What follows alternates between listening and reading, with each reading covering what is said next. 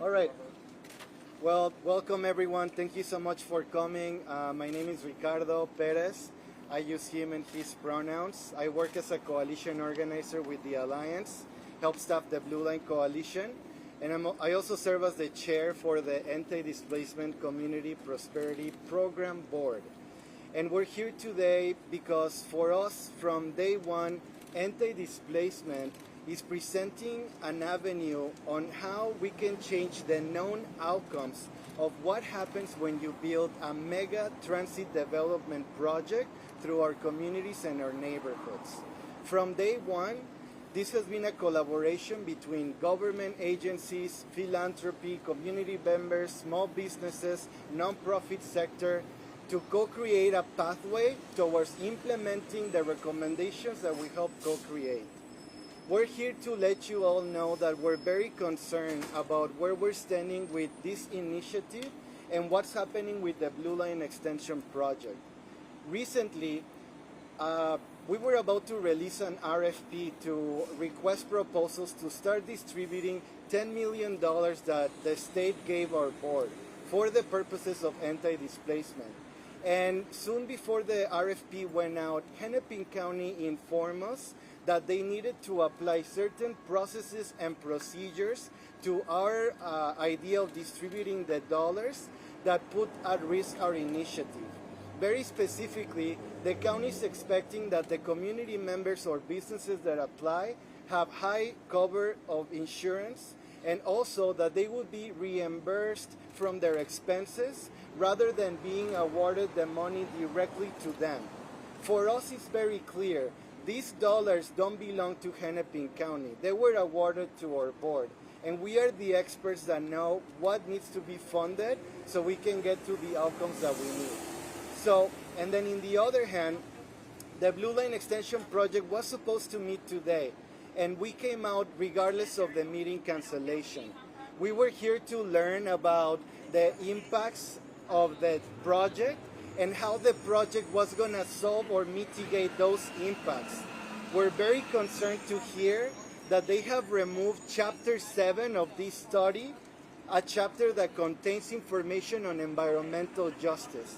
So these two things combined get us very worried about how are our communities going to ensure not to be displaced, but that they can thrive as a result of what's happening. So all that being said, I'll pass the mic to my peer KB to share some insights about what's happening with anti-displacement. Hi, I'm KB Brown, owner of Wolfpack Promotionals. I'm a business owner on the corridor. I want to start by saying the betrayal of Hennepin County has been the biggest issue for me. The announcement at the 11th hour of their processes, these processes that have been in place for decades, that have excluded the people that will be displaced. We've had no actual progress with the county. They refuse to actually adhere to what the legislation says that gave us the authority to have this money. In that said, the Blue Line has been going on for years. It's been going on for years. Everyone here has been working with them to try to make this the best project possible for the community and allow the project to succeed. At the 11th hour, being told that we all of a sudden had to have insurance, my lived experience with it is I have a contract with Hennepin County, and I was told I need advertising insurance. No one can tell me why, but I need $500,000 in advertising insurance. We want to make sure that they don't do this same thing to the community, because being that I know who to talk to, and it's still been a month and a half, I still haven't got progress on the insurance requirements that they're requiring me to have. We want to make sure that the community gets everything that they need, and that's what this board is for. We want them to honor the purpose of this board. We want them to get out of the way, because as it sits right now, we make a decision, they have to approve the decision that we make. The legislation says we're the final decision makers. But if they have to approve a decision that we make, that means they're the final decision makers. So we would ask that the county just get the hell out the way. Go. Good afternoon. My name is Elizabeth Coco. I am the Vice Chair of the Anti-Displacement Community Prosperity Program Board alongside Ricardo Perez. And I'm also representing the Northside Funders Group, which is a collaborative of foundations that for over 15 years has been working specifically in North Minneapolis supporting economic development efforts and youth development. So we bring a huge commitment to specifically the North Minneapolis community, but we do understand the impact along the whole corridor and the communities that are being promised they have the most to gain, but actually also have the most to lose if this project doesn't move forward in the way that we know it should, the way that the money was intended to move forward, meaning that it needs to get to the people who need it the most, right? So from a philanthropic perspective, I can say that we have seen examples across the country and including across the river in St. Paul where philanthropy showed up in significant ways, raising tens of millions of dollars to fill in gaps that we know public funds can't fill. You know, we're not asking for things that are unreasonable. We understand that public funds have some strings attached. And we can work within that as long as we feel like the partnership is solid and that we're going to move forward with intention, integrity, and values. So I'm here not only to stand with all of these incredible, passionate, and courageous folks who are here fighting for community. I'm also here to call out that all of the system players, including corridor cities, including the county, including Met Council, including Metro Transit, show up in the way that they're supposed to. And I'm also going to challenge my philanthropic colleagues locally to pay attention to this, because what we do is we come back and try to clean up damage that was done, and right now we have the opportunity to be proactive and not cause the damage and the harm that we know comes from projects like these. So Northside Funders Group is standing solid with this group. We're committed to raising dollars to match the funds, to bridge resources where they're needed, and I'm going to invite my philanthropic colleagues to do the same. With that said, I'll pass it on to whomever is next. Thank you. Good afternoon. My name is Brandon Devongsa with the Lao Assistance Center of Minnesota. For over a decade, the Lao Assistance Center of Minnesota has been a partner with the Blue Line Coalition in our fight to advocate for the Lao and Southeast Asian communities in Minnesota, especially Minneapolis and Brooklyn Park along the corridor. It's been over 40 plus years that our community has come to the U.S. and we have struggled due to challenges in our systems, due to language barriers, cultural differences, and a lack of outreach from government partners to reach out to our communities and speak to our communities. With the Blue Line extension, we have taken these small steps to achieve equity through environmental justice and anti-displacement. However, in recent development, we have seen barrier after barrier in our progress that has started with removal of the environmental justice chapter in the final supplemental environmental impact study and the last minute changes to address these community things that we need aid in. How can we continue to trust our governmental partners when they make it harder for us to take care of our communities? The promises that we were told and that we shared with our communities have now become lies. This project was supposed to be a new beginning in trust, but we are now left with the same uncertainty and distrust that we see throughout past history. Our communities no longer just want to survive, but we want to thrive and become a beacon of hope in Minnesota that show that we all can work together to achieve a better tomorrow. But right now, we do not know. And with that, I will pass on to our next speaker. Good afternoon. My name is Krista Lucas, and I'm here with the Northside Residents Redevelopment Council, or NERC. NERC is the neighborhood organization for the Near North and Willard Hay neighborhoods. So we are right along the alignment of the Blue Line extension route. We have serious concerns about displacement occurring with this project because displacement is already occurring both with the previous alignment and the current alignment.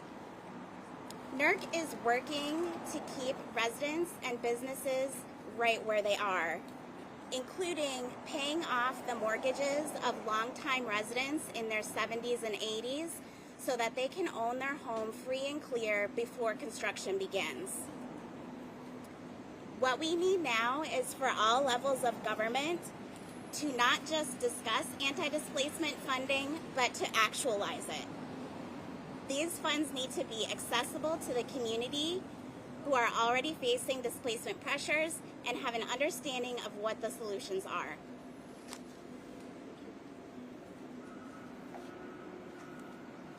Good afternoon, everyone. Denise Butler here. I'm with ACER, which is African Career Education and Resource, Inc. ACER has been working with community along with mothers, youth, residents for over a decade, making decisions about where is this line going to go, who is going to benefit, and what does having access truly look like, and not just being in proximity.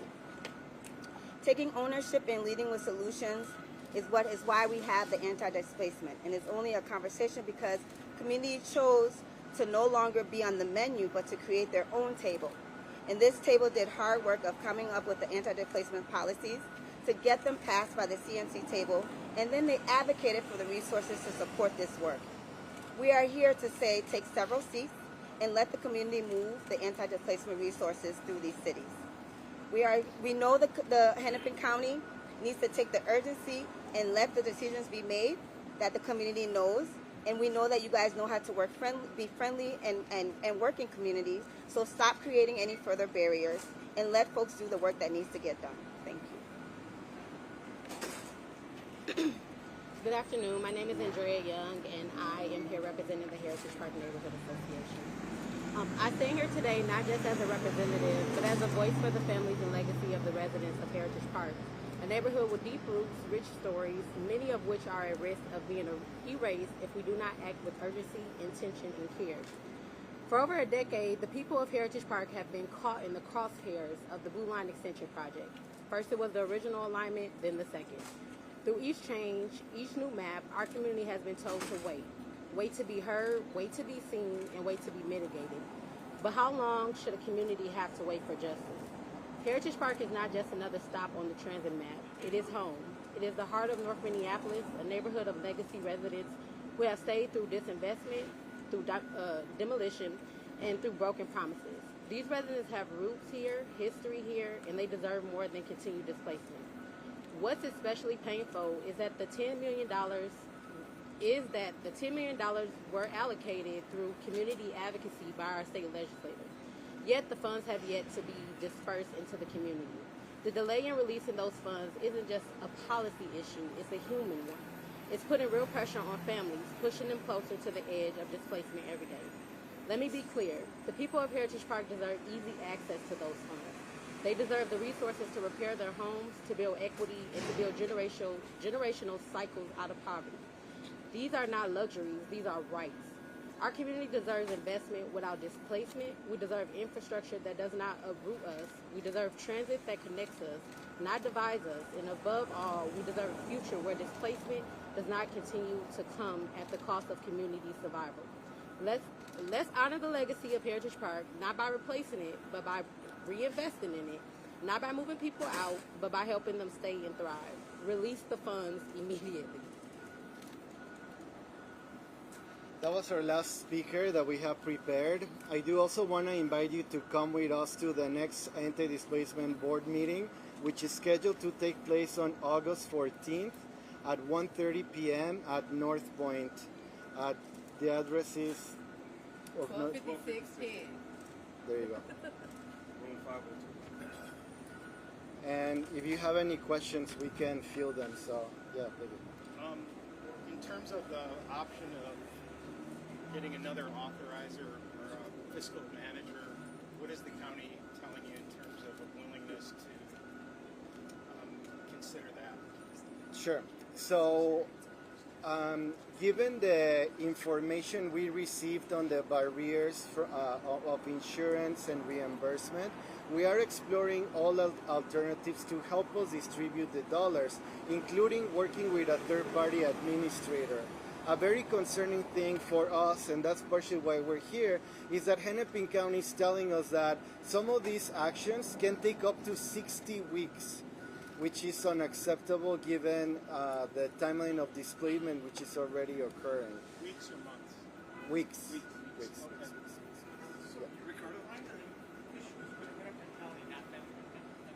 Hennepin County is the administrator of the board and the dollars that we're trying to distribute, and the Met Council is the one that's running the Blue Line Extension project. So we're looking at Hennepin County and Met Council to fulfill these anti-displacement commitments. Ricardo, Eric with Channel 5. You all for years now, as I've been covering, have been using your voices to try to shape the direction of this project. As I'm sure you know, there are stakeholders with maybe slightly different interests who want to kill this project. Is there a point of no return for maybe you and your colleagues? Do you still support building this extension? Sure. So I guess what we like to say is that, and maybe you can join me in saying it, not to be cheesy, but for us, it's not about the train, but it's about the people. So regardless of the mode of this project, the investment, the policies are needed and have been needed for a very long time. So the train is secondary, but we are challenging what the train is saying versus what it's doing. And the cancellation that took place today didn't give us the confidence that this is a priority for them as it is for us. Are you satisfied they put you on the agenda for October? Oh, we did? I didn't even know. I mean, I guess that's hot off the press. Yeah, of course, we are. Yeah, yeah. Please keep in mind also that the damage from the train. Yeah, please. The damage for the train for the community started the moment they announced Broadway. So it doesn't matter if the train comes or doesn't come. The damage is still going to exist, and that's what Harrison is dealing with now. And they just left Harrison out to dry. They won't try to fix anything that happened when they announced Olsen Highway. So we don't really, I don't really care about the train at all. I care about the existence of our community and making sure our community can thrive. That's going to have to happen either way, whether they kill the train or not.